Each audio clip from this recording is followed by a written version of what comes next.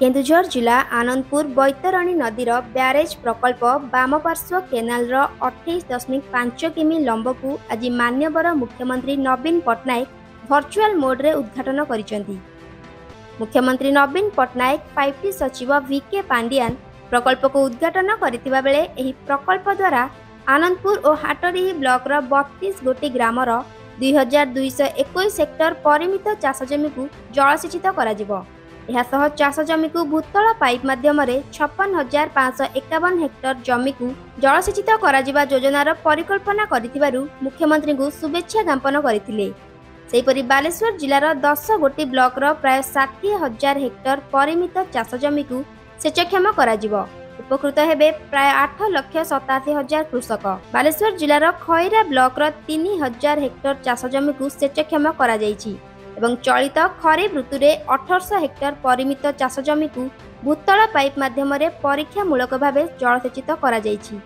बैतरणी नदीर आनंदपुर ब्यारेज और सालंदीर विद्याधरपुर ब्यारेज को संजोग करुवा बैतरणी वामपार्श्व केनाल जल परिवहन क्षमता 165 घनमीटर प्रति सेकेंड रे रहिछि। एही लोकार्पित उत्सव रे आनंदपुर विधायक भागीरथी सेठी, घसीपुरा विधायक बद्री नारायण पात्र, केन्दुझर जिलापाल आशीष ठाकरे, प्रकल्प अधिकारी विष्णुपद आचार्य, आनंदपुर उपजिलापाल चित्तरंजन महांत, एसडीपीओ प्रशांत बेहेरा प्रमुख उपस्थित थिले। मान्यवर मुख्यमंत्री करकमल रे आज आनंदपुर ब्यारेज बैतरणी वामपार्श्व केनाल लोकार्पण करागला। आमे इंजीनियर माने एठिकार जनसाधारण जनप्रतिनिधि एवं सर्वोपरि जिला समस्त प्रशासन समस्त कर्मकर्ता अकुण्ठ समर्थन सहयोग आ जो माने जमी देइचंती एठी सेमानकर दान पाई आज ये प्रकल्प बा ए केनाल तार शेष रे पहुंची। आमर आउ किछि केनाल काम बाकी अछि ताकू आमे आसंता मे 2024 भितर सारिबु। आमर जे काम करूचंती तांकर से बहुत कष्ट सत्ते दिनराति प्रचेष्टा करी से भी काम करूचंती। एआरएसएस इंफ्रास्ट्रक्चर आमे ए जो काम करबा को रखिछु। आमर जदिओ 2221 हेक्टर आमे पानी दबु ए केनाल लो, किंतु ए केनाल ले 165 क्यूमेक पानी छाड़िबा द्वारा आमे प्राय 1,45,000 हेक्टर जमी सालंदी कमांड रे दबु एवं आम पानी पाइला परे हदगड़ डैम रे जो पानी बळिबो खरीफ समय रे सेथिरे पाए 50,000 हेक्टर रबी चाष हबो सालंदी कमांड रे। आ आमर ए उपलब्धिटा जनसाधारण उपलब्धि आपण समस्त उपलब्धि आमे समस्त पाखे चिरकृतज्ञ। आमको एतिकी जदि सहयोग करेंगे आमे निश्चित भाव में 2026 मसीहा भितर आमर प्रकल्पर सबु कार्य सारिबु। एतिकी पाई आमे प्रतिश्रुतिबद्ध। धन्यवाद।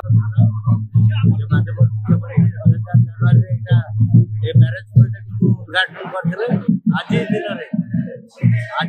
Left bank canal 28 kilometre left bank canal उद्घाटन कले बैतरणी ब्यारेज पानी हदगड़ प्रोजेक्ट या भितर जो 28 किलोमीटर केनाल काम संपूर्ण आ 2-4% काम रही काम संपूर्ण हेले आनंदपुर विस्तीर्ण केनाल आठटी ब्लॉक विस्तीर्ण जलसेचन सुविधा मिल सेपट भी नाइट टाइम केनाल अच्छी ये केनाल सालंदी पानी सालंदी खैरा बालेश्वर खैरा सी गोटे विस्तीर्ण जलसेचन चाषी